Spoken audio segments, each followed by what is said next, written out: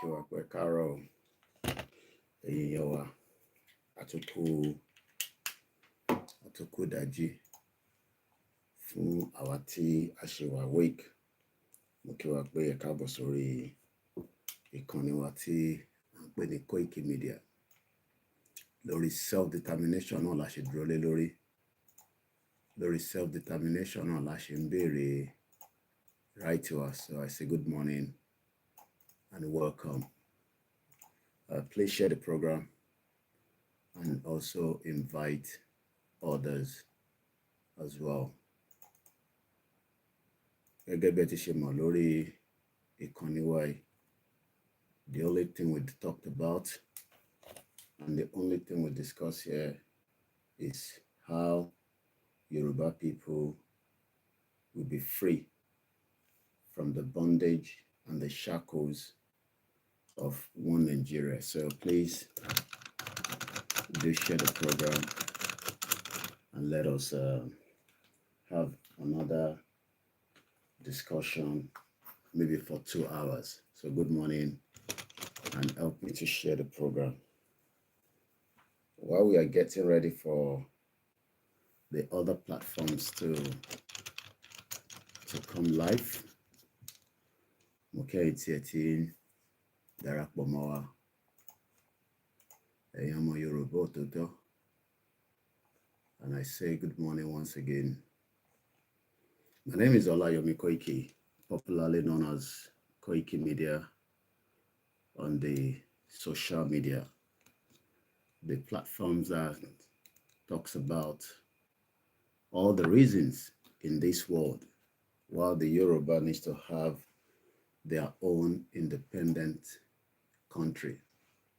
And I'm very sure that very soon we will be laughing, we will be joyous, and Ọlọ́run á ṣe gbogbo ẹ̀ torí Ọlọ́run ló ń ṣe, kò ṣàwa. And there is no other leader apart from Professor Akintoye, the leader of the Yoruba nation, and not the leader of any political party. A kì í ṣe ẹgbẹ́ o, a kì í ṣe a political party. We are those that believe that the Yoruba people have no business anymore in Nigeria. And that is all we discuss on this platform. So please do come in and let us have some serious conversation around whether gbogbo ọmọ Yorùbá tó máa ronú nípa 2027 or ó yẹ ká máa sọ̀rọ̀ nípa bí Yorùbá ṣe máa free tó máa dá dúró. So all these are a discussion that is now important because àwa náà ti di the next generation that should decide our fate around whether we should remain as one block or we should go our separate ways. So please help me to share the program and also love and like. Let's bring the camera in fún ẹ̀yin tí ẹ ń wò wá lórí Facebook and all other platforms quickly. We do appreciate everyone, and we are grateful for those of you that have joined us so far. If you can hear me loud and clear, please.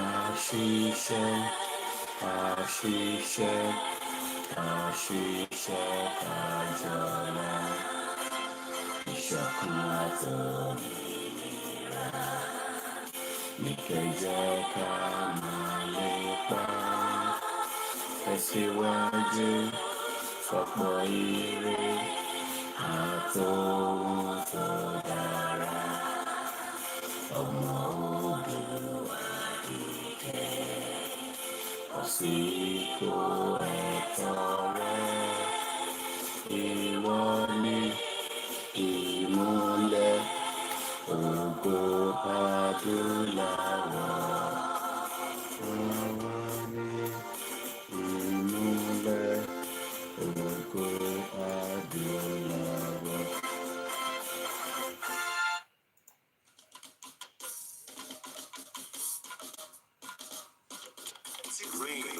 Gbogbo Yorùbá pátá nílò tó ná sọ pé èrè wá jọwọ́ lójú lápára bọ́dá dúró Yorùbá nation must stand. Gbogbo Yorùbá pátá nílò tó ná sọ pé èrè wá jọwọ́ lójú lápára bọ́dá dúró Yorùbá nation must stand. À ń fi àsìkò yìí ṣe ìkéde fún gbogbo ọmọ Yorùbá lápapọ̀ láti gbáradì fún àwọn ìwọ́de tí ń bọ̀ lọ́nà nípa pàtàkì orílẹ̀-èdè Yorùbá nation àti wípé ìdí tí a fi gbọdọ̀ dá dúró gẹ́gẹ́ bí ìpínlẹ̀ Yorùbá. Ìwọ́de yìí náà ni a máa ṣe káàkiri gbogbo ilẹ̀ káàárọ̀ oòjíire bí tí bàbá wa onímọ̀ ẹ̀rọ emeritus professor Adébánjí Akintoye yóò ṣe olùdarí rẹ̀. Ọdún 2025 yìí náà ni yóò bẹ̀rẹ̀, a sì máa kàn sí wa nípa oṣù àti gbogbo tí a bá fẹ́ mọ̀. Olùkéde Ọláyọmí Kóìkì, agbẹnusọ fún olóyè Sunday Adéyẹmọ Ìgbòho.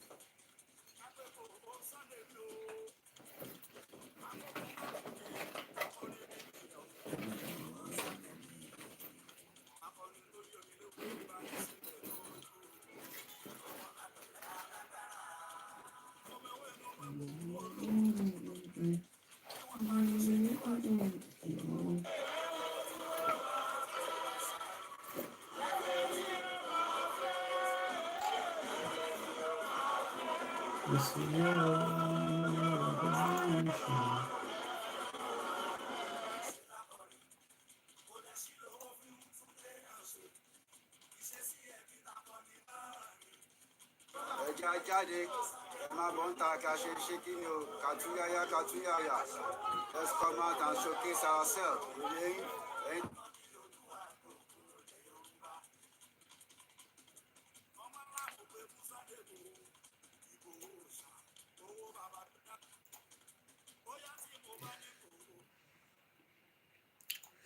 Mo kí wa lẹ́ẹ̀kan sí ẹ ṣé good morning and welcome back once again. Mo kí gbogbo ọmọ Yorùbá nílé lóko pé a tún kábọ̀ sórí ìkànnì wa tí à ń pè ní Koikimedia.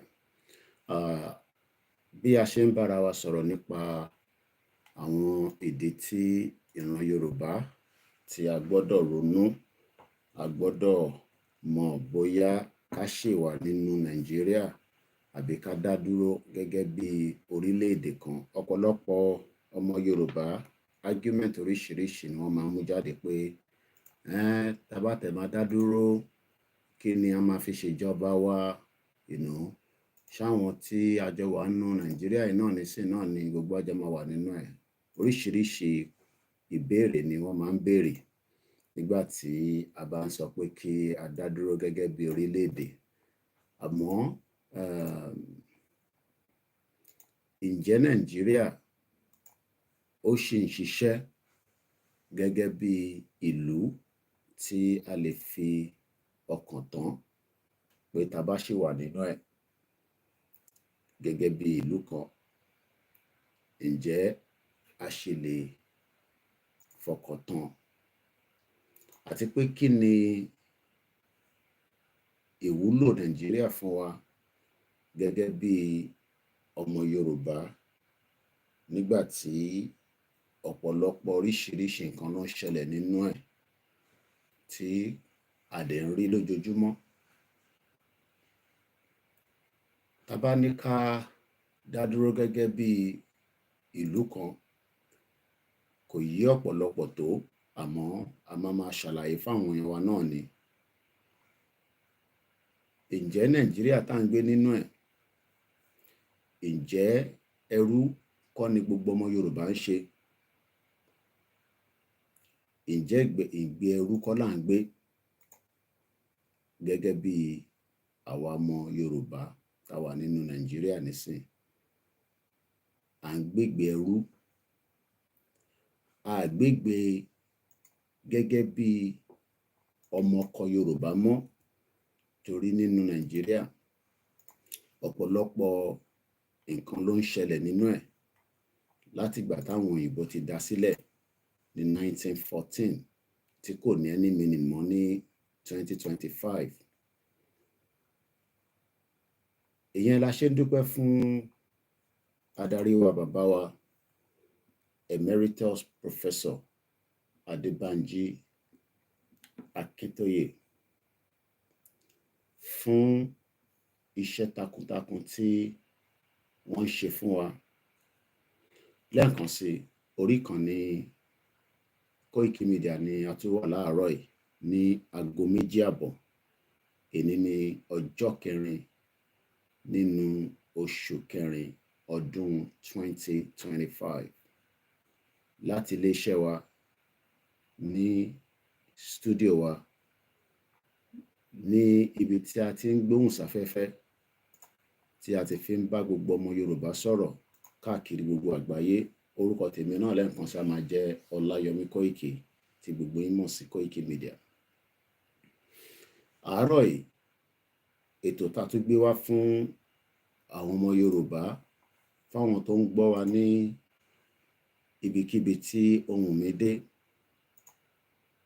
òun ni pé kí ni ìwúlò wa nínú Nàìjíríà?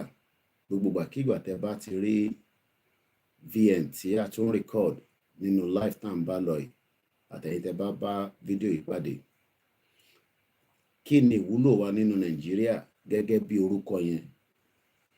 Àti pé ǹjẹ́ orúkọ yẹn tán pè ní Nàìjíríà lénìí, ǹjẹ́ ó reflect in tá à ń pè ní ọmọ Yorùbá? Tàbá ní ká wo Nàìjíríà lénìí nísìn, ǹjẹ́ orúkọ tá à ń pè, ǹjẹ́ ó reflect? Tàbá ní ká wo àwọn oríṣiríṣi ìlú tó wà lágbàáyé lénìí, tàbá pe àwọn ọmọ France, a rí pé ìlú wọn ó reflect orúkọ wọn. Tàbá pe àwọn German tá à ń pè ní Germany, a rí pé orúkọ Germany yẹn ó reflect orúkọ àwọn German. Belgium, Australian, Canadian, British citizen. Tó bá ní British citizen, kò sẹ́ni tó mọ̀ tó ń pè ní British citizen. Àwọn tó ń pè bẹ́ẹ̀ ni àwọn ọmọ ìlú tó jẹ́ ẹlẹ́yà kan náà, elédè kan náà, ìyẹn ní àwọn British. Bẹ́ẹ̀ bẹ́ẹ̀ lọ káàkiri gbogbo àgbáyé. Ǹjẹ́ lénìí a lè tọ́ka pé àwa tá à ń pariwo pé a fẹ́ Yorùbá country, kí ni a lè fi tọ́ka pọ́mọ Yorùbá ni wá nínú Nàìjíríà? Ṣé bá mi máa dáhùn àwọn ìbéèrè yẹn ní gbogbo ìgbà tẹ́ bá ti ń bá fọ́nrán mi pàdé. Àti pé tá bá ní ká tún wò lẹ́ẹ̀kan sí, kò ń ṣọ̀rọ̀ 2027 election ló yẹ kí ó wà lórí tébù wa ní gbogbo inú ilé wa, ní gbogbo ìgbà tá bá ń jọ ń gbé nǹkan yẹ̀wò, ìyẹn fún àwọn èèyàn wa nílé ní gbogbo ibi tẹ́ bá wà. Kí ló yẹ kó jẹ́ priority conversation? Kí ló yẹ kó jẹ́ nǹkan tí a gbọ́dọ̀ máa discuss? Àti pé kí ni n tí ó gbọ́dọ̀ jẹ́ the major discussion wa nísìn? Ṣé discussion ni ọmọ Yorùbá ni kó máa sọ̀rọ̀ nípa bí Yorùbá ṣe máa dá dúró gẹ́gẹ́ bí orílẹ̀-èdè, àbí kí Yorùbá ṣì máa sọ̀rọ̀ nípa bá ṣe fẹ́ lọ tún dìbò míì ní 2027.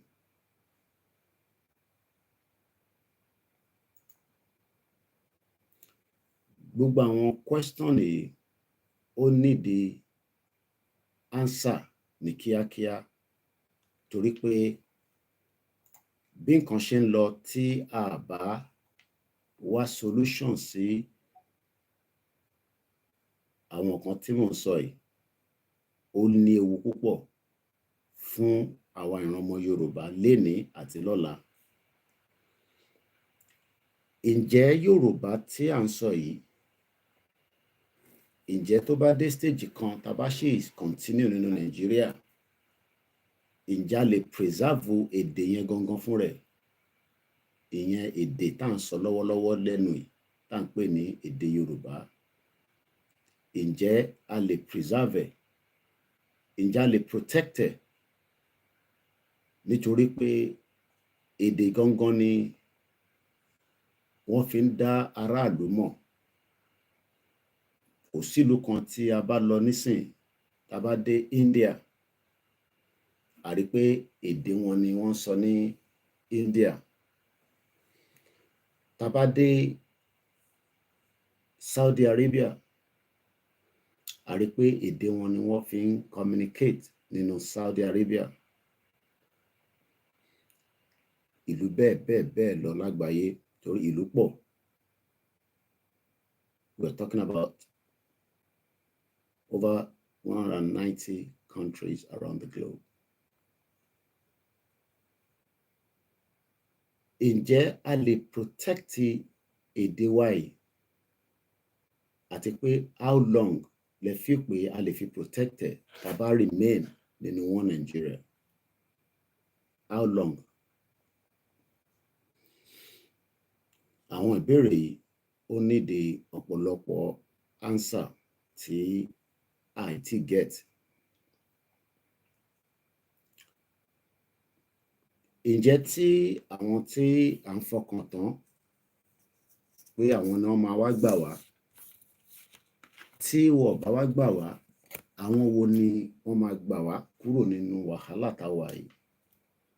Who are those that we expecting to come and save us? Àwọn wo là ń dúró dè? Àwọn wo ni à ń fọkàn tán pé wọ́n máa wá fi tiwọn wá fi save wa látara the confinement of ìlú tá a wà nísìn? Àwọn wo là ń dúró dè? Ọ̀pọ̀lọpọ̀ àwọn questions yìí, they're begging for answers. Dẹ̀ tí rí answer sí. Ẹni tó náà wọ́n fẹ́ Yorùbá kó dá dúró gẹ́gẹ́ bí independent country, tó lóun ò fẹ́ rárá, ẹ bá wa béèrè lọ́wọ́ irú onítọ̀hún pé kí ni nǹkan tó fẹ́ gangan? Kí Yorùbá remain nínú one Nigeria, àti pé kí ni future wa, like I said at the beginning. Ọ̀pọ̀lọpọ̀ àwọn tó jẹ́ intellectual ọmọ Yorùbá, àwọn tí ó yẹ kí wọ́n wà involved, wọ́n tàdí mẹ́yìn, but wọ́n mọ̀ pé ẹrú ni gbogbo ọmọ Yorùbá nínú one Nigeria, ẹrú ni wá. Pẹ̀lú àwọn ọba wa pátá látòkè délẹ̀, ẹrú ni gbogbo wa. Ìtírẹ̀ jẹ́ ká fi jẹ́ ẹrú ni pé àwọn ìṣẹ̀lẹ̀ oríṣiríṣi ṣẹlẹ̀,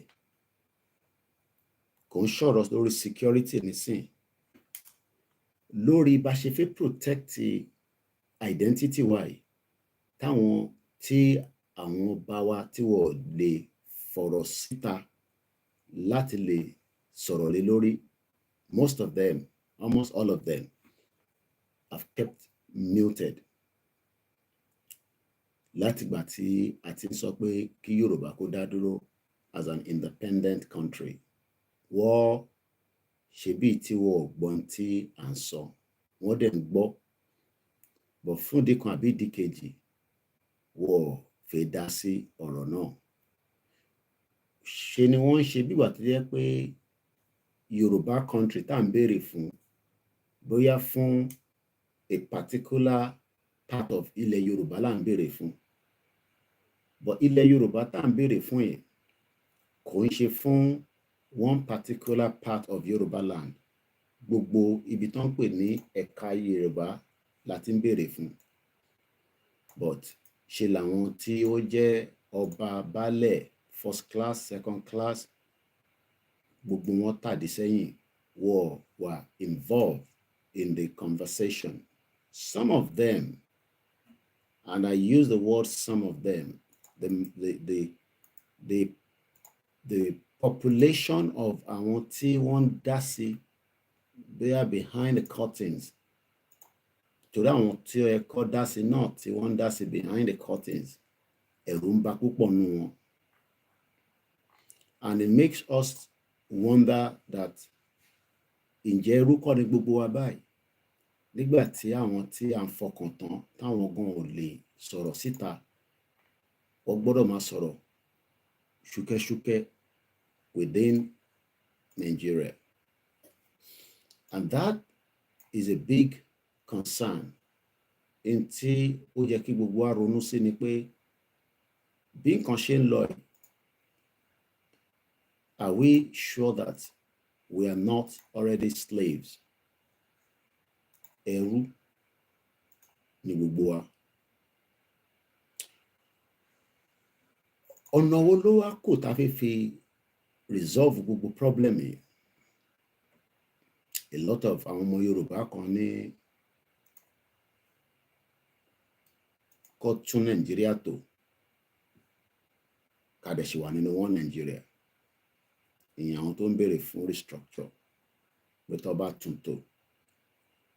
bá tún tò yẹn kọ́, á mú peace, á mú unity wá, á dẹ̀ lè fún wa ní progression gẹ́gẹ́ bí ìlú kan. Ṣé bẹ́ẹ̀ náà lẹ́yìn náà ṣe rí? Pé tá bá ṣe bẹ́ẹ̀, àbáwọn the other one tí wọ́n ní náà, ọ̀nà kan tó kù òun ni pé kí Yorùbá gba ìlú tiẹ̀ náà, ká exit out of the current ìlú tí wọ́n build tó create tí kò ní interest Yorùbá nínú ẹ̀. Lóòótọ́ about 2% àwọn Yorùbá kan inú Nàìjíríà ni wọ́n ti ń ṣọlá. Resources àwọn kan nínú Nàìjíríà ló ń lò. All these are ìbéèrè kankan tí ó wà lórí table nísìn.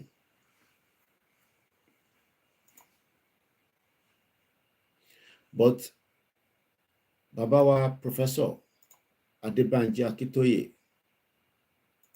kọ́lọ́n túbọ̀ lọ́rọ̀ ẹ̀mí bàbá wa fún wa, kó jẹ́ ká rí bàbá pẹ́. Àwọn wá argue pé no, that direction of one Nigeria yẹn ó ti fail, ó ti collapse. Kò dẹ̀ ní any reason tí ọmọ Yorùbá kankan gbọ́dọ̀ argue mọ́ nínú Nàìjíríà pé ká save Nigeria. In tó yẹ ká jókòó lé lórí nísìnyí pé báwo la ṣe fẹ́ save ìran Yorùbá tó wà nínú Nàìjíríà láti lè pull ara wa out together. Gbogbo ọmọ Yorùbá pátá ká pull ara wa out of the structure tó ń pè ní one Nigeria. Ká wá lọ sínú another country tí à ń pè ní orílẹ̀-èdè Yorùbá, Odùduwà Republic, Yorùbá Nation, whatever tí a bá fẹ́ pé òun ló yẹ ká pè. gbogbo ọ̀rọ̀ yìí òun ni ló ń lọ lórí ayélujára tó ń pè ní the social media. Ó di tí everybody bẹ̀rẹ̀ sí sọ̀rọ̀ lé lórí. Tẹ́lẹ̀ ọ̀pọ̀lọpọ̀ ọmọ Yorùbá kọ̀ọ̀kan feel pé bóyá tá bá ṣì ń bá wọn ṣe politics in Nigeria kó tó di pọ̀ ọ̀rọ̀ Yorùbá nation jáde báyìí, bóyá àwọn lè láǹfààní àti bring in tó máa jẹ́ ìwúlò advantage fún àwọn Yorùbá, in tó jẹ́ káwọn kan kó darapọ̀ mọ́ politics nìyẹn, with the hope that they can play their role within the political system of ìlú tí wọ́n pè Nigeria. Wá lè fi yẹn fi develop gbogbo àwọn Yorùbá. Later ló wá realize pé it does not work that way. Being in the political part of the political system tó ń run nínú Nigeria láti 1999 kò mú single development bá ọmọ Yorùbá kankan. Rather, a lot of people became billionaire, wọ́n di olówó kalẹ̀, but gbogbo ibi tí wọ́n pè nílẹ̀ Yorùbá was not developed. Again, as part of ẹ̀rú náà ni. All these ó wá di tí Professor Akintoye wọ́n wá worried, wọ́n wá concerned that the way tí nǹkan ṣe ń lọ yìí, tá a bá slow it down ní kíákíá, ó máa ní ripple effect on the lives of many Yoruba people. Tá a bá slow problem yẹn down. And ọ̀nà wo la fi slow it down? Òun náà ń pè ní self-determination, which is what we have been working on for the very almost going to 5 years now. It has been ó ti jẹ́ nǹkan tó jẹ́ iṣẹ́ kan tí a wá mú láti bẹ̀rẹ̀ sí engage gbogbo ọmọ Yorùbá, regardless of their status, whether àwọn ọba, I engage àwọn ọba, I engage àwọn olóṣèlú, I engage ẹni tó wà nínú ọjà, I engage mechanic, I engage lawyer, I engage judge, I engage àwọn ọmọ Yorùbá tó jẹ́ diaspora tó wà níta, I engage àwọn church, I engage mọ́ṣáláṣí, I engage àwọn traditionalist wa. Ó wá di ọ̀rọ̀ tí ó ní many discussion tó yàtọ̀ sí in táwọn olóṣèlú máa ń sọ tẹ́lẹ̀. Because in táwọn olóṣèlú máa ń sọ tẹ́lẹ̀ ni ká lọ darapọ̀ mọ́ political party nílẹ̀ Yorùbá, ká wá fìyẹn fi wá ẹni tó máa lọ represent wa ní state level, ní federal level àti local level. A wá rí pé gbogbo àwọn tí wọ́n ń sọ bẹ́ẹ̀ yẹn, àtẹni tí ó jáde tó ń sọ̀rọ̀ nípa the other way round, pé kí Yorùbá dá dúró. Ta lẹni tó nífẹ̀ẹ́ ọmọ Yorùbá between the current àwọn political parties tó dẹ̀ jẹ́ àwọn ọmọ Yorùbá tó wà within that system, àti àwọn the next group tó ń sọ pé no, that system of government tẹ́ ń ṣe ní Nigeria yẹn, it is having no impact in the lives of our ọmọ Yorùbá, and we should now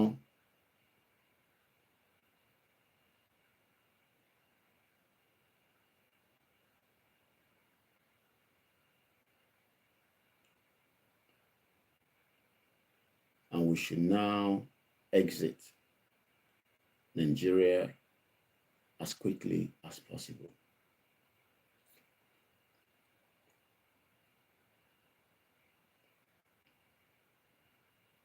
These are very important conversations that cannot be joked with.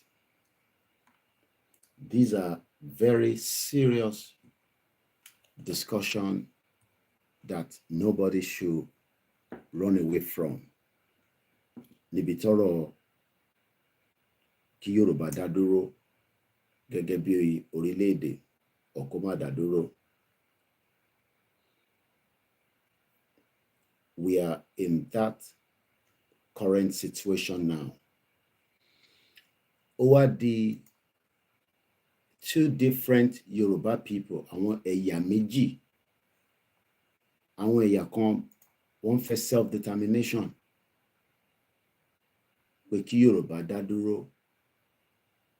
Àwọn ẹ̀yà kejì ní no, ká ṣe remain nínú Nàìjíríà, ká lọ run party or party tó ti ń ṣe tẹ́lẹ̀.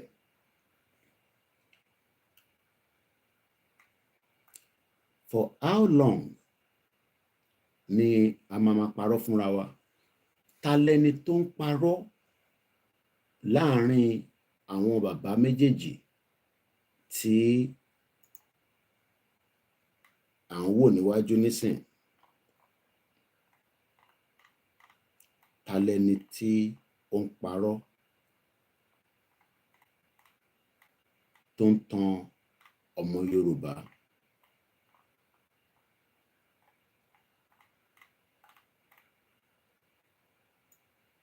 Bánjí Akintoye ló ń tan ọmọ Yorùbá ni àbí Aṣíwájú Bọ́lá Ahmed Tinubu, ìyẹn pírẹsidẹ́ǹtì orílẹ̀-èdè Nàìjíríà? Láàrin àwọn méjèèjì, ta lẹni tó ń sọ òtítọ́ fún ọmọ Yorùbá? Ta lẹni tí ó ń sọ òtítọ́ láàrin àwọn méjèèjì? Ìkan náà òun ní ambition pé tóun bá di president Nàìjíríà, òun máa make sure pé gbogbo n tó ń pè ní ọmọ Yorùbá nínú Nàìjíríà á ní security, á ní economy, á dẹ̀ lè ní peace àti unity. But láwọn ìbéèrè tí mo kọ́kọ́ béèrè, ǹjẹ́ Bọ́lá Ahmed Tinubu tó jẹ́ president, ǹjẹ́ ó lè guarantee àwọn ìbéèrè mi tí mo kọ́kọ́ ti béèrè síwájú nípa láti lè protect identity Yorùbá, nípa èdè wa, àti pé kí ni advantage wa tá bá ṣì remain nínú Nàìjíríà as ọmọ Yorùbá? Àwa rí pé gbogbo tí Aṣíwájú ní tó lè fi wà nínú current situation tó wà nínú ẹ̀ nísìn gẹ́gẹ́ bí the president kò ju ọdún 8 lọ. Ìyẹn táwa tí a gbà fún bàbá Akintoye tá bá accept pé kó tún lọ ṣe ọdún 4 míì, because a ti wà ní that stage right now. A ti wà ní stage pé ṣé òun la fẹ́ gbọ́ sí lẹ́nu ni? Torí nígbà tí ó jáde tẹ́lẹ̀, ó ní òun fẹ́ ṣe president Nàìjíríà. Àwa tí à ń tẹ̀lé bàbá Akintoye a argue pé ọ̀rọ̀ Nàìjíríà kọ́ ni priority mọ́ nísìn. Bí Yorùbá ṣe máa lè ní àlàáfíà, láti lè ní country tiẹ̀ tí wọ́n máa recognize it as a country ní gbogbo àgbáyé, òun ló yẹ kí ó wà ní iwájú Bọ́lá Ahmed Tinubu, ìyẹn president Nàìjíríà tèmi. Àmọ́ ó ní òun ò fẹ́ bẹ́ẹ̀. in tóun fẹ́ ni pé kóun di president èwo kò ń ṣe president ọmọ Yorùbá but president gbogbo ọmọ Nàìjíríà tí ó jẹ́ 350 different ethnic groups ẹ̀yà tó ń bẹ nínú Nàìjíríà nìyẹn o 350 èdè tó ń bẹ nínú ẹ̀ ìyẹn lọ bí 500 ṣe rí pé interest Tinubu kò lè jẹ́ fún ọmọ Yorùbá mọ́ o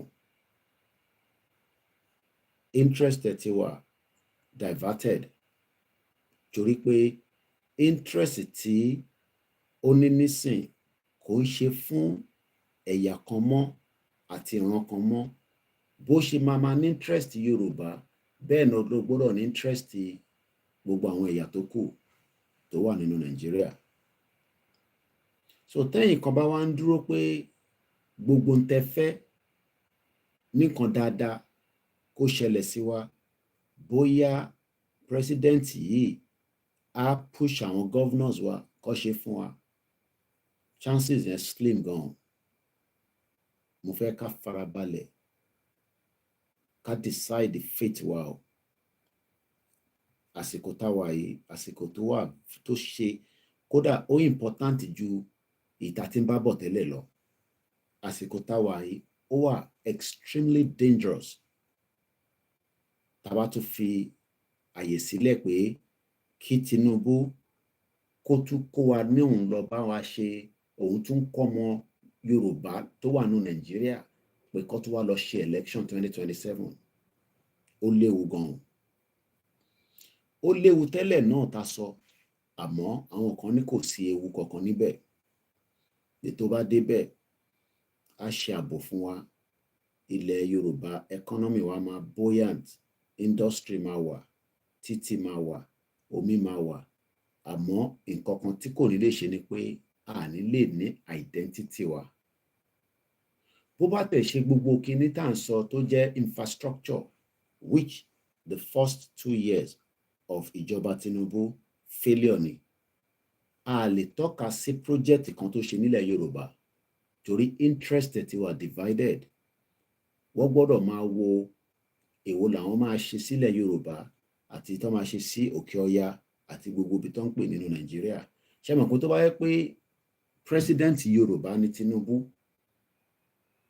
for the argument's sake gbogbo interest kò gbọ́dọ̀ wà nínú orílẹ̀-èdè Yorùbá nìkan ni gbogbo tó fẹ́ ṣe ọ̀dọ̀ wa nìkan lọ́mọ máa ronú ẹ̀ sí pẹ̀lú nǹkan ta ní a dẹ̀ ní nǹkan láti lè fi dá dúró lára àwọn nǹkan ta ní òun náà ni human resources kí ló ń pè ní human resources a sọ̀rọ̀ lé lórí láìpẹ́ ìyẹn àwọn ẹ̀yà tó ń ṣe ń pè lọ́mọ Yorùbá tó ń bẹ nílẹ̀ wa àwa náà ni human àwa la máa create resources I am not talking about natural resources now pé tá bá ní kí la máa fi dá dúró our human resources ó tó fún wa láti fi dá dúró torí Elédùmarè ọba tó dá ilẹ̀ Yorùbá ó dá wa pé ká lè compete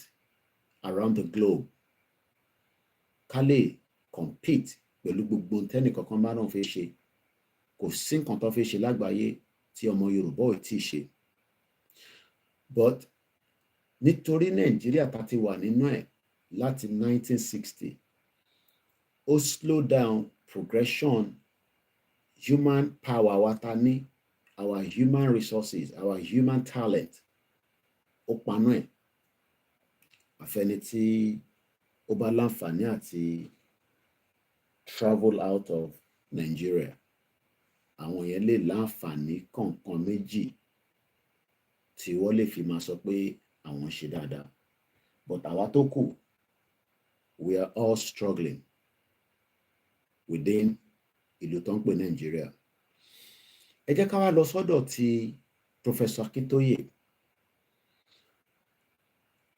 argument tí àwọn mú wá ni pé bí nǹkan ṣe ń lọ nínú Nàìjíríà yìí tí a bá ṣe ń tẹ̀lé format Nàìjíríà ó máa take wa backwards again, and it will be a disaster. Kò ń ṣe lénìí ni bàbá tí ń sọ irú àwọn ọ̀rọ̀ bẹ́ẹ̀, bàbá tí ń sọ tipẹ́, ẹ̀rí dẹ̀ wà fún un. Kó tẹ̀ tó di pé àwa kan dá bàbá mọ̀, bàbá tí ń sọ̀rọ̀ within the Nigeria nípa ẹ̀yà oríṣiríṣi àti ẹ̀yà Yorùbá tó ń bẹ nínú ẹ̀. Bàbá Akintoye tá à ń sọ yìí, ẹlòmíì ṣe mọ bàbá Akintoye dáadáa nígbà tí Yorùbá nation bẹ̀rẹ̀ ni. Ẹlòmíì ò tẹ̀ mọ̀ pé bàbá Akintoye ti ń exist after tó ti gbé l'Amẹ́ríkà for a very long time, tó padà wá sílé. Àwọn kan mọ bàbá Akintoye as a public speaker, as an elder statesman, as ẹni tó ń engage nílẹ̀ Yorùbá gẹ́gẹ́ bí àrólé Odùduwà. Torí àwọn bàbá Akintoye ló ṣiṣẹ́ nígbà ọ̀dọ́ tiwọn pẹ̀lú bàbá wa late Ọbáfẹ́mi Awólọ́wọ̀. Àwọn Professor Akintoye, àwọn ló ṣe àwọn iṣẹ́ tó pọ̀. So bàbá mọ ẹ̀yà tí Yorùbá láti jẹ́ látara pé wọ́n bá bàbá Akintoye ṣiṣẹ́ gan. Tó bá ní ẹni tó kọ manifesto, kò ń ṣe lénìí ni bàbá tí ń kọ manifesto. Is a very brilliant young man at his young age. Títí di time yìí is still very important, vibrant, well-learned. Ìtọ́lọ̀ wọn á fi kẹ́ gbogbo wa ni pé bàbá yìí mọ̀ nípa history ju the current president lọ. Tinubu ò mọ̀ history Nigeria. History tó mọ̀ ni pé wọ́n pa MKO nígbà tí òun tẹ̀lé MKO Abiola, because boy MKO Abiola ni Tinubu. Tẹ́ bá lọ wo àwọn fídíò MKO Abiola, Tinubu máa ń wà lẹ́yìn ẹ̀ ni as a boy. So ìgbà tó dé gbogbo ọ̀rọ̀ June 12 nǹkan kan ni a lè sọ pé òun náà wà spotlighted. Kò sí social media nígbà yẹn, but they were using all different ways and tools láti fi fight àwọn military regime níjọ́ náà lọ́hùn. Èyí tó jẹ́ káwọn kan mọ̀ náà nìyẹn. Kò ń ṣòwò nìkan ló ja Nadeco fight. There were many people. I don't want to go into that area láàárọ̀ yìí. Lẹ́ẹ̀kan sí aago mẹ́ta òru la wà. Orúkọ mi ni Olayomi Koiki láti iléeṣẹ́ wa ní Koikimedia, bringing the world closer to your doorstep. So Baba Akintoye on his own side, kó tẹ̀ tó di pé wọ́n wá endorse officially pé no, we will have to opt out. A gbọ́dọ̀ kúrò nínú the current Nigeria, ká lọ padà sí our own independent Yoruba country. There were few videos tí I come across nígbà tí ó di pé Yoruba nation bẹ̀rẹ̀, tí Baba Akintoye tó ti sọ oríṣiríṣi àwọn ọ̀rọ̀. Gbogbo eléyìí ó jẹ́ ẹ̀rí pé bàbá yìí àwọn ti rí Nàìjíríà tán pé no, ìlú yóò lè ní any progression àfi tá a bá ń parọ́ fúnra wa. Our only way out òun ni pé kí Yorùbá kó opt out of Nigeria, kó dá dúró as an independent country. And that is where we are going now. And that is the future that we must fight for. and àti wà nínú that particular part of the movement nísìn that is either we all involve fully to save ourselves or ká tún lọ fi àyè sílẹ̀ kí Tinubu tún lọ ṣe àkóbá tó pọ̀ fún wa moving into 2027. Because bí Tinubu ṣe wà, ambition ẹ̀ kò tí tán, ó sì fi lọ fún 2027. He's not going to make a declaration of Yoruba country. He's not going to make a declaration of Biafra country. Kò ní ṣe gbogbo àwọn nǹkan yẹn fún yín before his first tenure. Àwọn tí wọ́n argue pé tó bá dé second term, á deal pẹ̀lú àwọn north, á ṣe this, á ṣe that. All these are not going to happen tí Tinubu bá ṣe second term náà. So what into ẹ̀ka wa máa prepare fún nísìn ni pé a gbọ́dọ̀ tún fi àyè kankan sílẹ̀ pé kí ẹni olóṣèlú nílẹ̀ Yorùbá kó push wa lọ fún 2027. A gbọ́dọ̀ stop ẹ̀. A gbọ́dọ̀ fi àyè kankan sílẹ̀ fún ẹni tó ń pè ní politician kó tún endorse wa pé kó lọ kó gbogbo ọmọ Yorùbá ní gbogbo tí ilẹ̀ Yorùbá ọmọ Yorùbá wà kó wá ní ká tún wá lọ dìbò 2027. A ní 2 years. This is a very serious discussion. Eléyìí ń ṣe àsìkò tá máa rubbish àwọn ọ̀rọ̀ báyìí.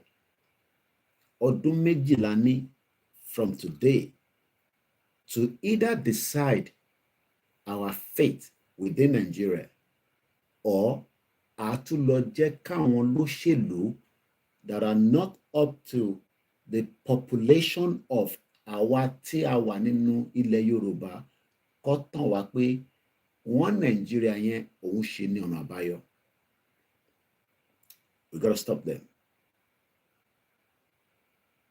And ìdí tí campaign wa tó gbọ́dọ̀ move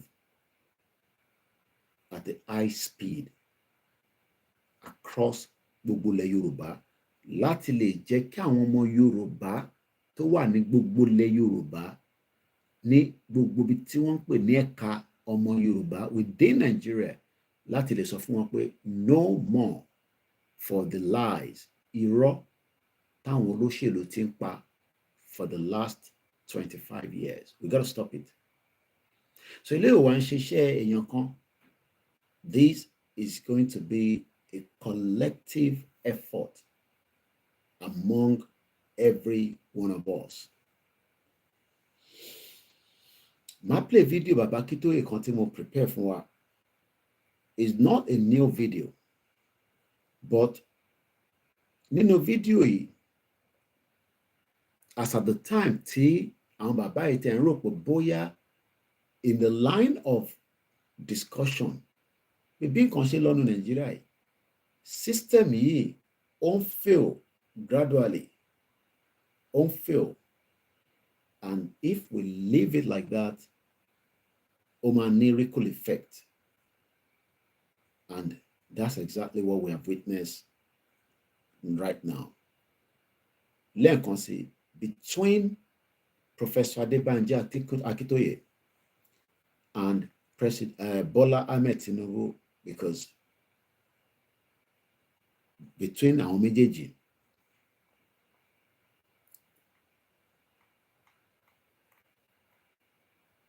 ta ni ká fún ní our endorsement moving forward. Baba Akintoye ti prove ara wọn pé kò sí point ká stick to one Nigeria. We need to end it now, and it needs that to be done without any hesitation. But àwọn kan ní no, Tinubu la ṣe máa tẹ̀lé, because he is also a leader. that have the interest of the Yoruba people. Fáwọn kan ẹ lè sọ pé kò rí bẹ́ẹ̀. Fáwa, we don't say it because interest kò ń ṣe fún Yorùbá nìkan. Interest Tinubu are divided along the line. Mo ń fi àsìkò yìí tún sọ fún wa pé kò ń ṣe Fúlàní tó wà nígbó nìkan là ń dé pẹ̀lú náà. We're dealing with ìran Yorùbá tí ó fi survive, and the only way tó lè fi survive nísìn ò ní pé kó pull out of the current structure of Nigeria. That is the only option on the table right now. He has to pull out, and he needs to pull out as quickly as possible so that we are not caught up with the 2027 Totumbo again. Bẹ́fẹ́ bẹ́kọ̀, olóṣèlú will go ahead with the election. They are not going to care less pé àwa kan sọ pé a fẹ́ Yorùbá country. They are not going to care less. This àsìkò táwa yìí, àsìkò tó léwu gan fọ́mọ Yorùbá ni. It's a very dangerous time. And àwọn olóṣèlú they are pushing everything to let us, our Yoruba, our ọmọ Yoruba, to remain in one Nigeria. Àwọn náà take a risk ni o. They are taking a risk that bóyá a máa tún gọ̀ sí wọn lọ́wọ́ láti remain in one Nigeria. Bóyá a ní ṣe ìtànà fẹ́ ṣe láti lè demand pé kí Yorùbá dá dúró. These are the current situation between us and àtàwọn olóṣèlú. Àwọn olóṣèlú prefer pé kí Yorùbá kó remain within the confinement of one Nigeria, while Baba Akintoye does not want such. Baba Akintoye fẹ́ ká lọ ṣèjọba tiwa without being part of one Nigeria. So these ọ̀rọ̀ tá à ń sọ yìí, ọ̀rọ̀ tó ṣe pàtàkì ni, kò ń ṣọ̀rọ̀ eré o.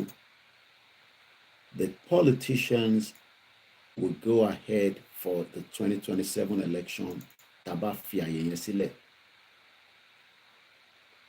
Now, àwa ní láti take campaign wa to the next stage of the movement. A gbọ́dọ̀ gbé campaign yìí lọ sí any extreme length láti save àwọn ọmọ Yorùbá, láti stop agenda àwọn olóṣèlú tí wọ́n ṣì ní one Nigeria òun ni solution. We need to stop that. A ní láti revisit gbogbo ilẹ̀ Yorùbá between now and 2 years to make sure that election kan ló máa ring létí ọmọ Yorùbá kọ̀ọ̀kan. In tó gbọ́dọ̀ máa ring létí wọn ni how a Yoruba will stand as an independent country. That should be our topmost priority right now. That should be the discussion. We need what it takes to stop it,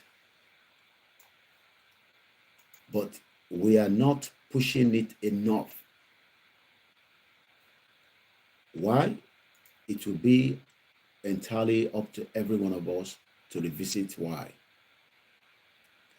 Collate, we still have ample of time. Láti take message wa across every part of Yoruba land and give them the valid reason tí Yorùbá ṣe gbọ́dọ̀ exit the current structure of one Nigeria so that we can remain a full independent Yoruba country, Oduduwa Republic, whatever we decide we want to name it. Ìyẹn ò stop gbogbo activities tó lúkálukú ń ṣe. Two different security officers spoke to me recently. Ìkan wà nínú military, ọmọ Yorùbá. Ìkan wà nínú police. And the same problem that experience as a civilian, làwọn náà experience. Gbogbo the basic things of life, they've not enjoyed it within Nigeria. And it goes to àwọn ọba ilẹ̀ Yorùbá náà, àwọn yẹn tẹ̀tí dẹrú kalẹ̀, gbogbo ọba ilẹ̀ Yorùbá. This is now while we must start gearing up for the big event tó ń bọ̀ tó ní pẹ́ dé. Because the big event á tètè fún wa ní a round table discussion. We will force, and that is the language, we will force the current situation into a dialogue. Because fẹ́ violent, dẹ̀ fẹ́ jà, dẹ̀ ń ṣe àdàlúrú, but a máa wà force láti bring àwọn tí wọ́n ń darí ilẹ̀ Yorùbá within the political space into a round table discussion on the way forward. We have tried to do that in the last 4 years. Wọ́n ṣe bí wọ́n pé àwọn ọ̀gbọ́n kọ̀ọ̀kan tá à ń sọ. We have visited many towns, cities, by taking our rally. There's a difference between rally and protest. Àwa ti fi rally wa fi engage àwọn aráàlú, but àwọn olóṣèlú wọ́n mọ̀ọ́mọ̀ stop rally yẹn. Wọ́n ò fẹ́ jẹ́ kí rally yẹn kọjá stage kan, torí rally yẹn ti ń build the discussion among the elite, the middle class, the poor, and different ọmọ Yorùbá within the Yoruba space. Rally time babo within the last years. Ó bẹ̀rẹ̀ sí ń táwọn èèyàn lómi jí pé what are they discussing? Kí ni wọ́n sọ̀rọ̀ lórí? But before we go back to that, ẹ jẹ́ ká gbọ́ tí bàbá Akintoye sọ. Àwọn tó wà lórí backup channel àtòrí Facebook nìkan ló máa rí bàbá Akintoye in the video. The rest of you will just be hearing his voice because that is the only way we are set up this morning. Lẹ́ẹ̀kan sí, orúkọ tèmi ni wọ́n pè ní OLAYOMI KOIKI, tí gbogbo yín mọ̀ sí Koikimedia, bringing the world closer to your doorsteps.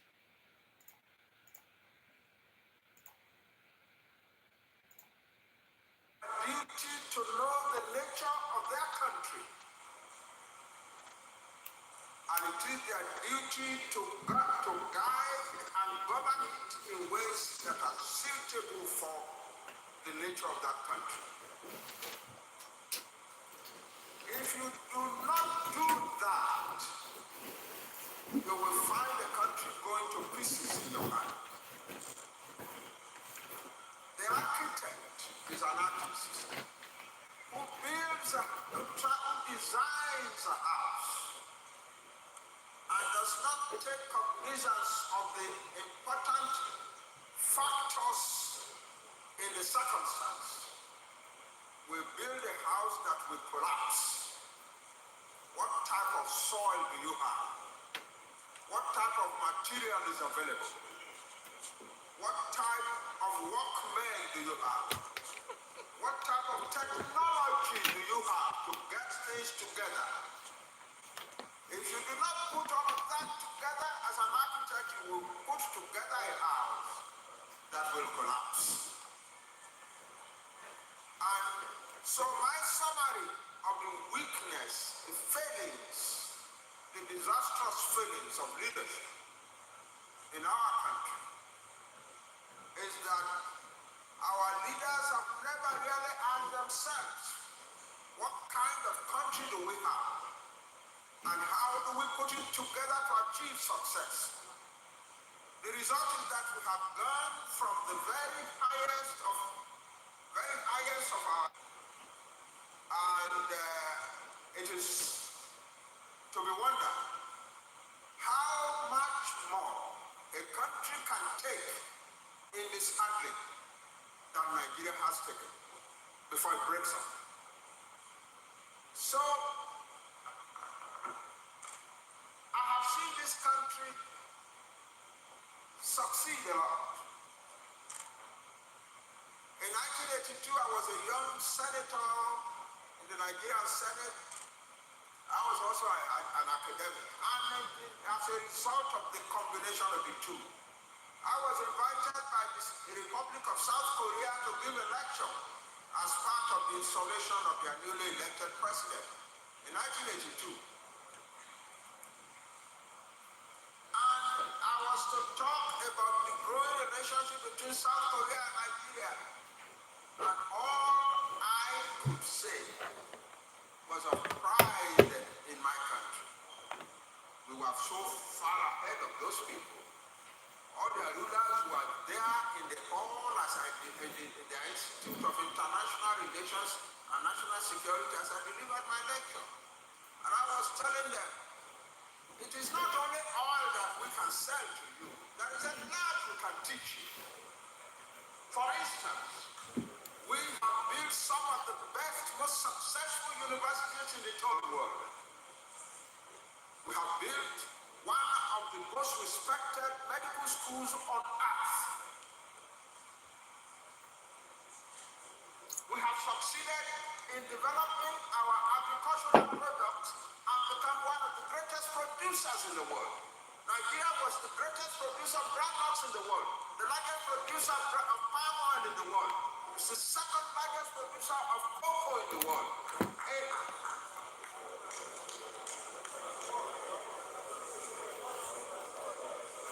We have a lot to teach you. My country, Nigeria, has a lot to teach you. Today, South Korea is at least 1,000 years ahead of Nigeria. Nigerian leaders have succeeded in taking the wealth and the potentialities, the human material wealth, and the potentialities of Nigeria, and produce one of the desperately poor countries on earth. That is what we have done as leaders of our country. And why have we come to this condition? It is because our leaders have never really asked themselves, what kind of country do we have? What are its capabilities and possibilities and potentialities? What are its weaknesses? How do we manage the weaknesses? How do we accentuate the strengths? We've never done that. People go into politics because, it is a profitable thing to be in politics. It's also, it gives you ability and some chance to show yourself and become a prominent citizen and make money and become a great man. That's why our leaders go into politics these days. I have been a very close young worker with a man who was determined to find out the direction that Nigeria should go in a systematic, almost scientific way. I'm referring to Paulo. When he came out of prison in 1967, and he was determined to go back into politics, a number of us young people decided to both come together and surround him and give him our services. And he was working for the greatest of Nigeria in a systematic and say almost scientific manner. That's how to rule a country. That's how to govern a country. You have a country of many nationalities. These are not immigrants into Nigeria, recent immigrants. The Yoruba, the Igbo, the Hausa, the Edo, name it, the Tiv, and so on, are thousands of years old on this soil. They are not small immigrant peoples. They are thousands of years old in this land. They have built systems that have sustained them for thousands of years. And then you put them together as a country and you want to destroy all that they have built, all their sensitivities and their love of themselves and their pride in themselves, and constitute a country that is managed at the center by a dictatorial federal government, and you think it can work? It cannot work. It's impossible. It is impossible. If Nigeria doesn't speedily do what a lot of people, their voices may not be.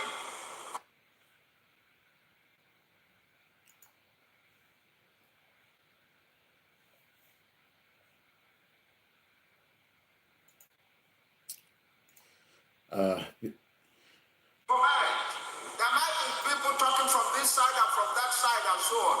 But if Nigeria does not take steps as a first important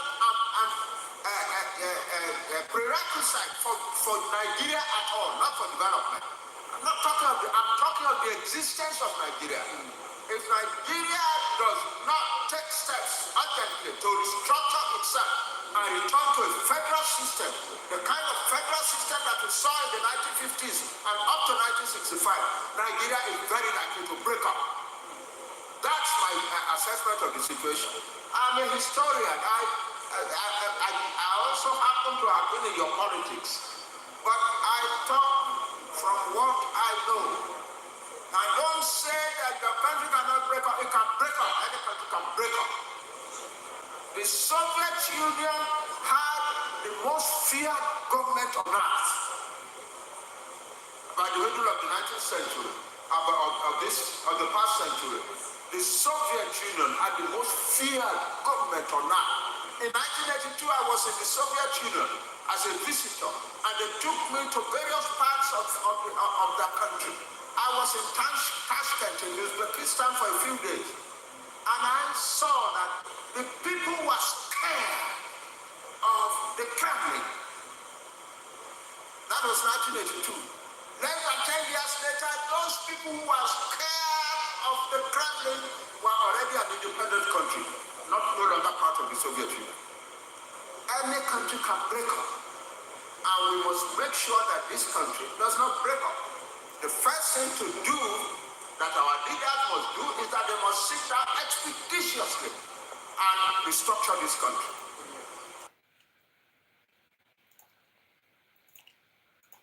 This was about 7-8 years ago. The video thing, boy. Oh my God.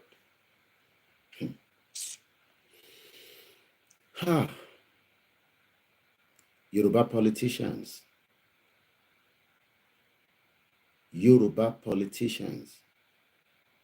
Your cups have now been full. Money sọ̀rọ̀ púpọ̀.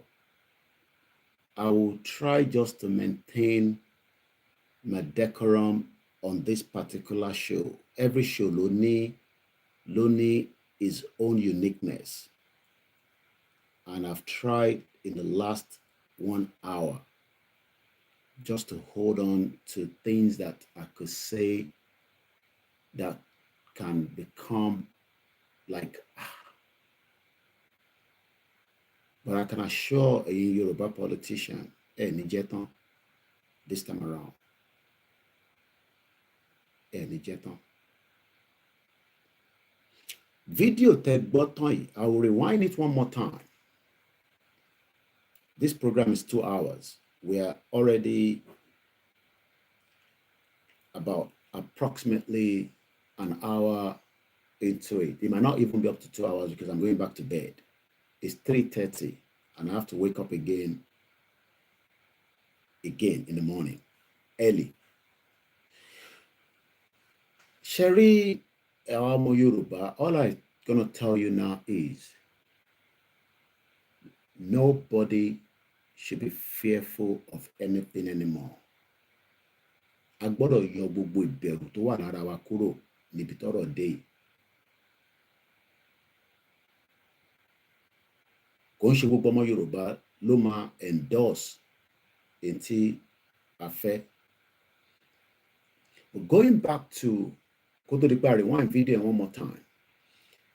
Ìgbà tí bàbá Akintoye ń sọ ilé àìtí ìwọnú a máa gba country kí Yorùbá kó dá dúró.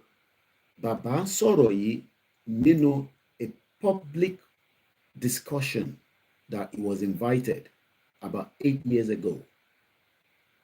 These I'm playing from the Sahara TV on YouTube. This video is not, I'm sure even more than that. This video was posted on Sahara on the 3rd of May 2018.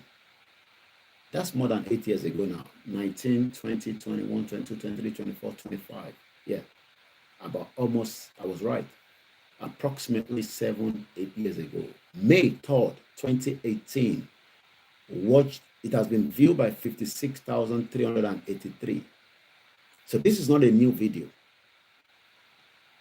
Video tia Tamagboy again. Kò ń ṣe new video. Video yìí was Professor Banji Akintoye has explained that with the current state of leadership ruling the country, Nigeria is close to breakup. That was how Sahara put it out. Nigeria is on the verge of breakup. Nígbà tá bẹ̀rẹ̀ Yoruba Nation campaign ni I come across video yìí. So Baba Akintoye ò ń ṣe ẹni tí wọ́n mọ̀ within Nigeria. Ìyẹn mo ṣe ní kò ń ṣe gbogbo wa la mọ̀ Baba Akintoye tẹ́lẹ̀. He has been vocal with his words. He has been straightforward. Baba Akintoye ò ṣe báyìí lọ báyìí. He was advising them 8 years ago that the current structure in Nigeria will push Nigeria to a breakup, and nobody should ever talk about that a country cannot break up. Soviet Union was the most fearful government in the world. Tobani fearful, tara lumberu. Ìlú tó jẹ́ pé they have made their life to be under a kind of, I don't even know how to put it. Soviet Union was that country. Wọ́n ní gbogbo nǹkan, wọ́n ní sójà, wọ́n ní ọlọ́pàá, wọ́n ní secret service. They are, when it comes to tech, they are good when it comes to everything, but break up. Nigeria will break up. And the breakup start from this year.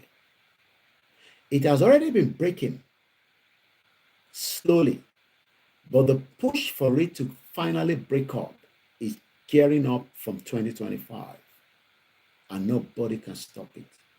This is going to show a Yoruba nation. If we break Nigeria, Ijaw nation wants to break away from Nigeria. Biafra have already said that they break out. They might not have fully take control of their state, because we know that right now. We saw Arigbogbo activities on in November in Finland. Don't take those things as a joke.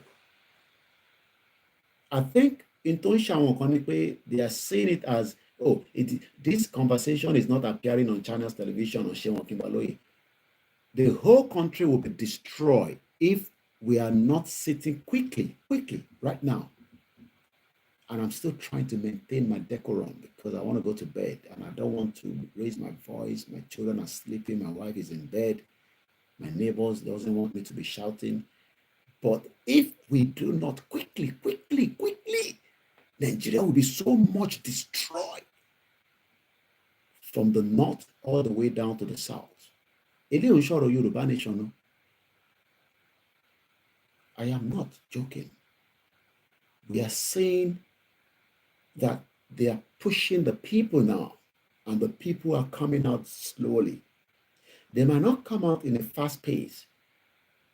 We are seeing it from Edo State. The Fulani attacking people. People now will attack back.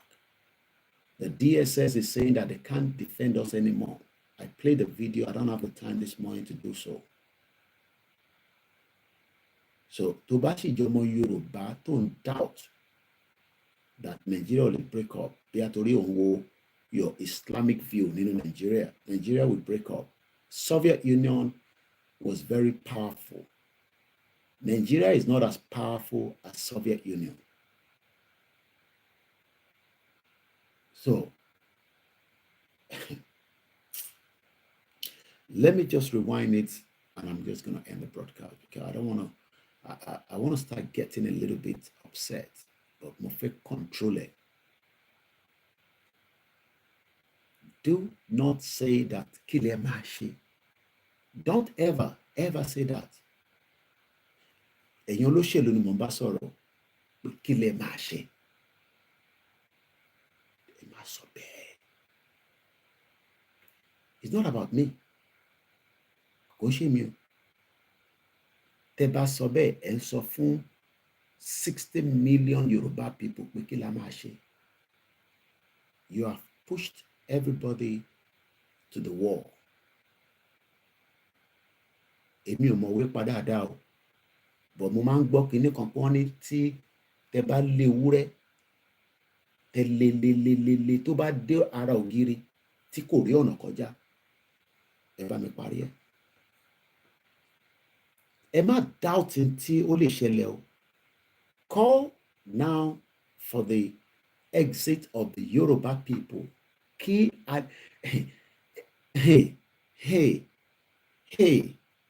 Soviet Union ó ní wèrè ṣùkúnú lórí, ó sọ àwọn aráàlú di ọ̀dẹ̀, ó sọ wọ́n di tí wọ́n fẹ́. Aráàlú dìde. Let's listen a little bit to Baba Akintoye and I'll close the broadcast. Let's just play it just a few seconds again. Rewind.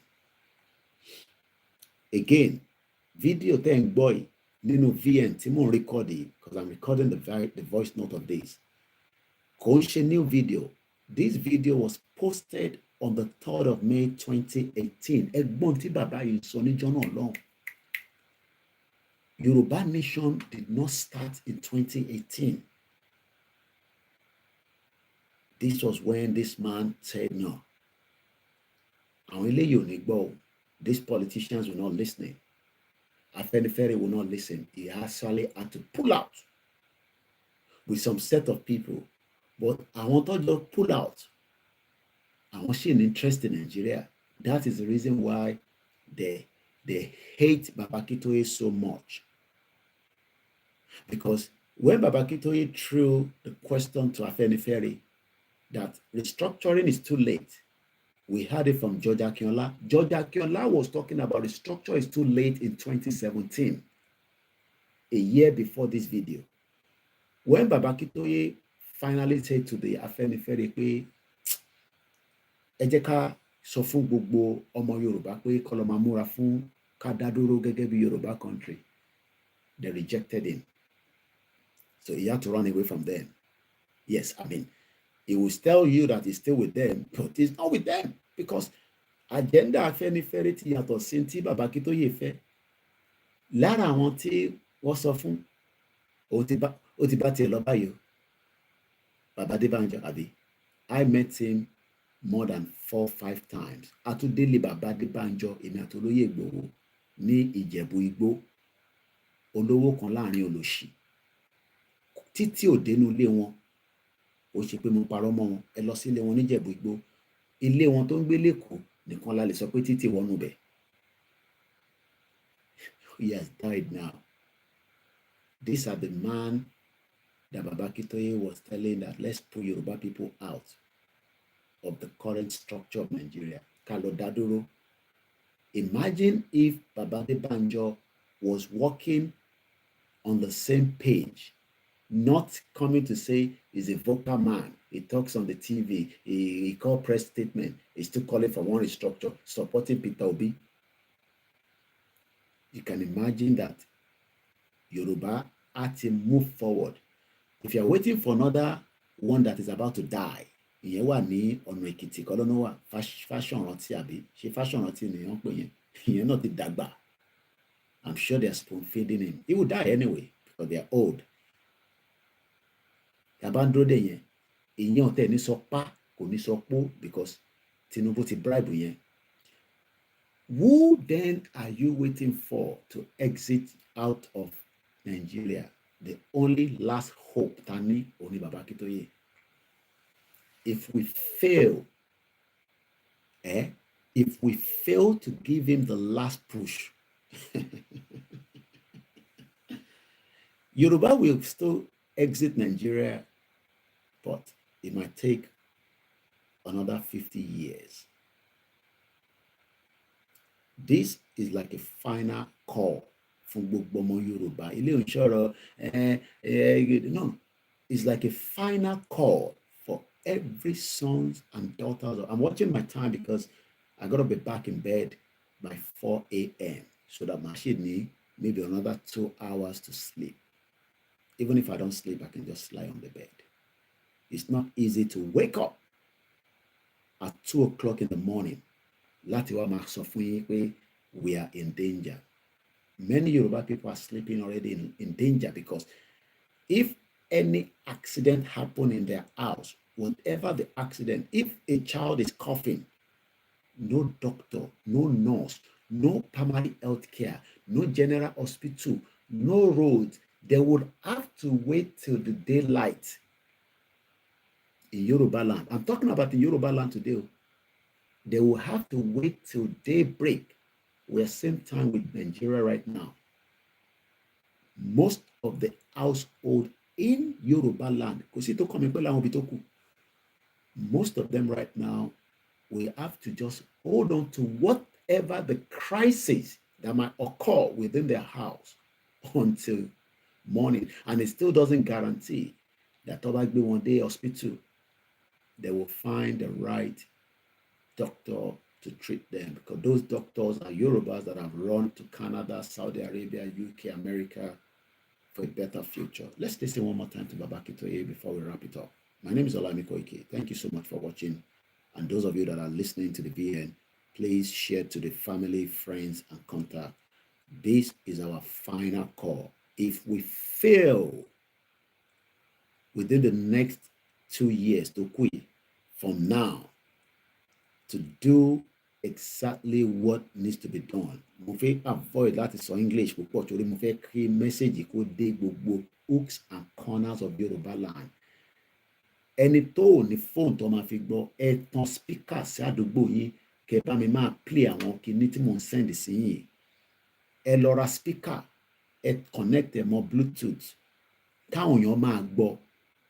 Nàìjíríà ti wà ní a final stage to collapse. Kolukaluku lọ múra sílẹ̀. Kò ń sọ̀rọ̀ Fúlàní nìkan mọ́. It's about everything involved. Ẹ jẹ́ ká gbọ́ Baba Akintoye. Once again, this is not a current video. This video, once again, was posted on, I don't even know where ìjọ́ kejì tó ṣe video yẹn at the same day, but Sarah Reporter posted it on 3rd of May 2018. Let's listen one more time.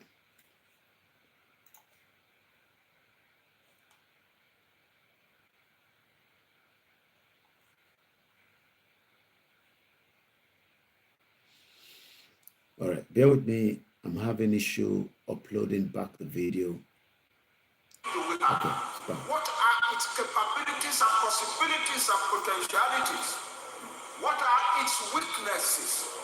How do we manage the weaknesses? How do we accentuate perpetuate the strengths. We've never done that. People go into politics because, oh, it is a profitable thing to be in politics. It's also, it gives you ability and some chance to show yourself and become a prominent citizen and make money and become a great man. That's why our leaders go into politics these days. I have been a very close young worker with a man who was determined to find out the direction that Nigeria should go in a systematic, almost scientific way. I'm referring to Paulo. When he came out of prison in 1967, and he was determined to go back into politics, a number of us young people decided to come together and surround him and give him our services. And he was working for the greatest of Nigeria in a systematic, I say, almost scientific manner. That's how to rule a country. That's how to govern a country. You have a country of many nationalities. These are not immigrants into Nigeria, recent immigrants. The Yoruba, the Hausa, name it, the Tiv and so on, are thousands of years old on this soil. They are not small immigrant peoples. They are thousands of years old in this land. They have built systems that have sustained them for thousands of years. And then you put them together as a country and you want to destroy all that they have built, all their sensitivities and their love of themselves and their pride in themselves, and constitute a country that is managed, that is centered by a dictatorial federal government, and you think it can work? It cannot work. It's impossible. It is impossible.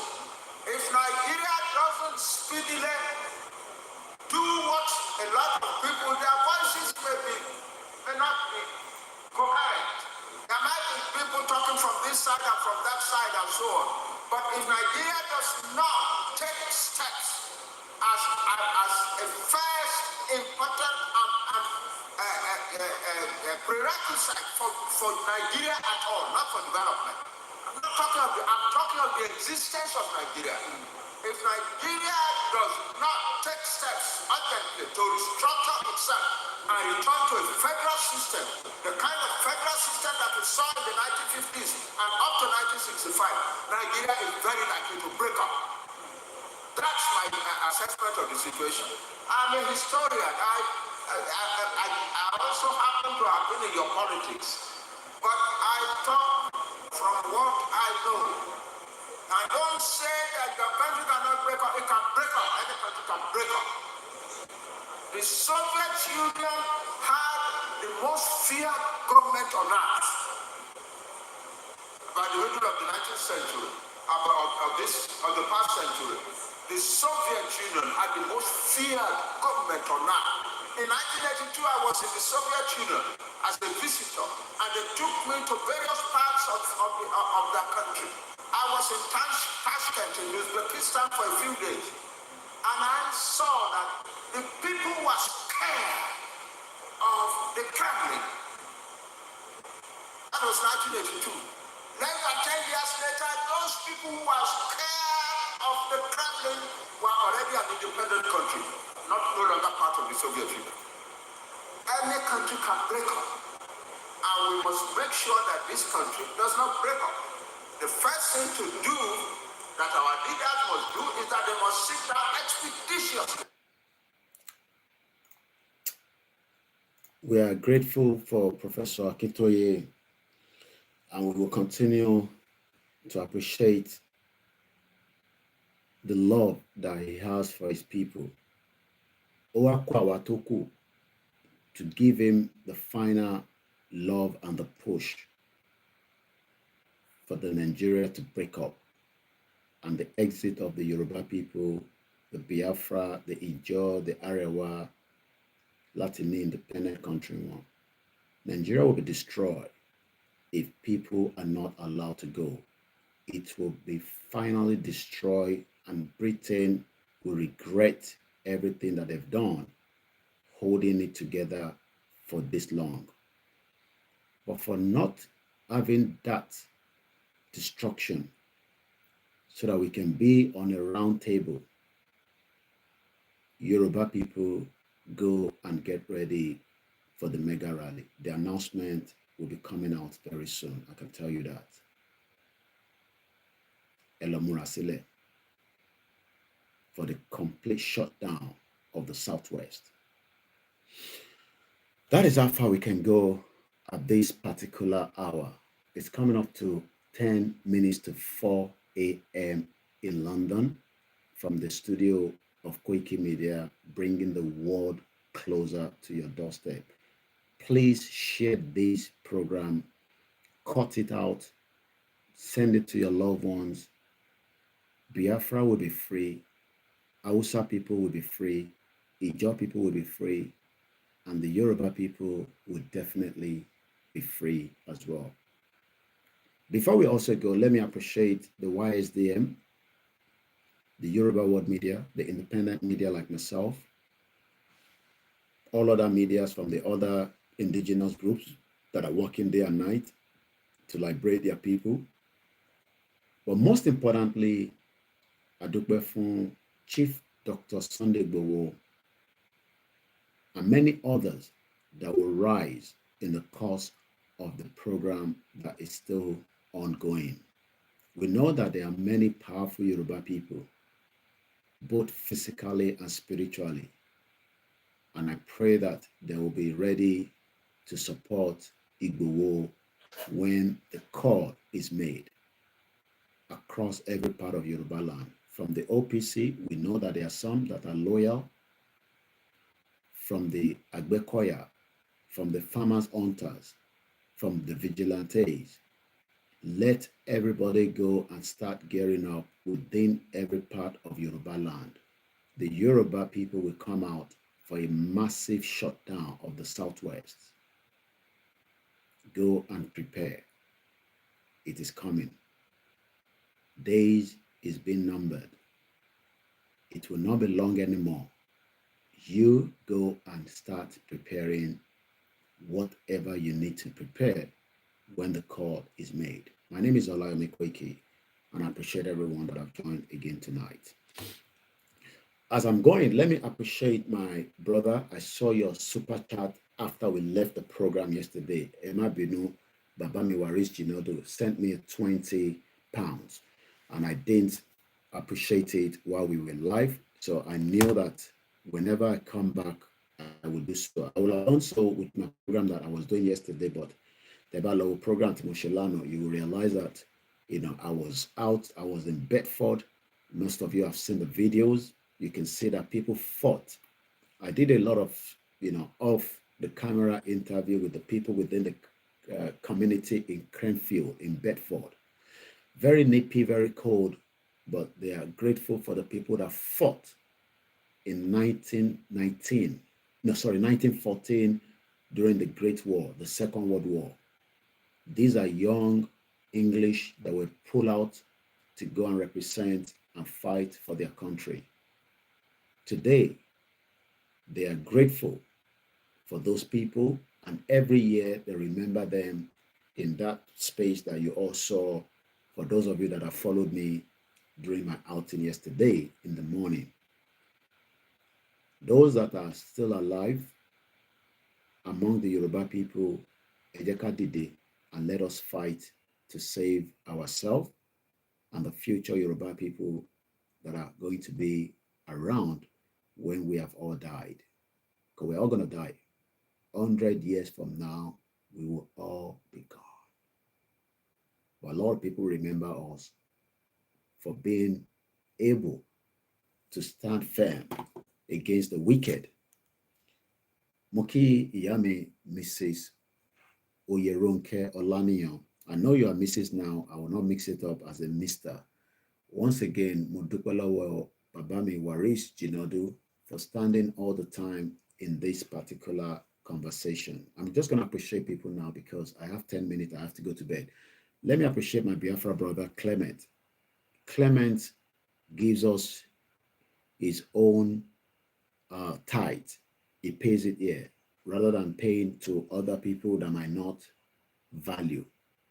He's a Biafra and he has been with us on this platform for a very long time. There are about 3 of them like that that pay me every month. And I don't take it for a joke. I am not Mayego in Scotland. I still believe that if the Igbos among them disrespect us, we will bring them on this platform and we will cost them. If the Yoruba cost them, I will cost the Yoruba back. But that doesn't mean that I will not respect being a Yoruba man. We will continue to be good friends and we will continue to be good neighbors. I pray that Simon Ekpa would come out. Nobody will be there forever. Wherever he is, he will be out stronger like Igboho did. Igboho was pinned down in Benin Republic for 2 years. He could not even travel out. Today, we're grateful to President Patrick Talon for what he has done for the Yoruba people by not releasing Igboho back to the Fulani Caliphate. They wanted Igboho by all means in Nigeria. But Talon said no. He stood his ground against the big elephants. Nigeria could destroy Benin Republic within a few time, but also Nigeria would pay the high price because I know what Benin Republic are when it comes to their tradition. So Talon stood his ground and he did not give back Igboho to Nigeria. But unfortunately, Kenya gave back Nnamdi Kanu to Nigeria. And Nigeria will be destroyed for holding Nnamdi Kanu for a very long time. That man is still a lion that roars. You can tell each time they bring him to court. They can't kill him there. If they kill him there, the old Biafra will destroy every part of Nigeria. They might destroy Yoruba land as well. That is why we cannot take risk with the government. I have 5 minutes. I'm looking at my time. We work with time in this country. So, Eiti Montombo, go and prepare. I can see that Sari Dokubo has enough to also bring chaos within their own region. They are crying out, and their voices must be respected as Ijaw people. Whether they are less than 5 million, I don't care. Ijaw has the right to remain as an independent country, and that is going to happen in our lifetime. Everybody will push out. The Hausas are waking up. I pray that they take out as many of the Fulanis that are taking them out so that they can return back to where they are. We might not agree as one unity, but for those that wants to go, let us respect each other. And I still believe that working among those that wants to go, I'm not talking about the stupid people that are talking about either from the Yoruba side are following this government, or those following PDP, or those that are fooling themselves that abandon Nnamdi Kanu and Simon Ekpa and running after the 419 Peter Obi, another criminal. He will never be a president because the North will not even give him the vice. So there's no amount of your push that can make Peter Obi the president because Igbo are so hated in Nigeria, they will never be the president. So your best bet as an Igbo man is to go and endorse and support Biafra with all your blood. And on that note, Mokibu Gointoku from OLAYOMI Shita to all my team that are working on the clock. As we say, this is still the month of donation. We need that donation fast to help this platform. SkyTech, thank you so much. Omaki, thank you so much. Mr. Benga, thank you so much. To those of you on the Facebook, we appreciate. To those of you on the Twitter space, thank you so much. To those of you also that are watching us on the Twitter video. I don't know how to call that. Thank you. Okoya Folayan, thank you so much. Omaki Yolex, thank you. From Germany to Kenya. Kenya sold Nnamdi Kanu for peanut. The Biafra will never forgive the Kenyans for such atrocities. We are grateful for Benin Republic for not selling out. Thank you so much, Mr. Ibukun Olua from Ogun State. We appreciate you. Let everybody go and gear up and prepare. It will be interesting days and months ahead. I don't have a date, but Akintoye spoke to me yesterday, not about any date. He was just checking on me that are we creating the awareness? And I told him yes. And these are what keeps my spirit going. He is 90 years old. Baba called me at about 10 p.m. last night. That's about an hour. I believe it's still the same time now. That man should be sleeping. He spoke to me at 10 p.m. The man is 90 years old. I am not even half of his age. I shouldn't be tired. So Mokibuwa, if I can't mention all the names, bear with me. You are all always welcome on our platform. Remember to follow every of our channels. We're doing our best. When I'm not in the house, I only do small videos from outside. It is entirely up to you to follow all my channels. I can go live from anywhere.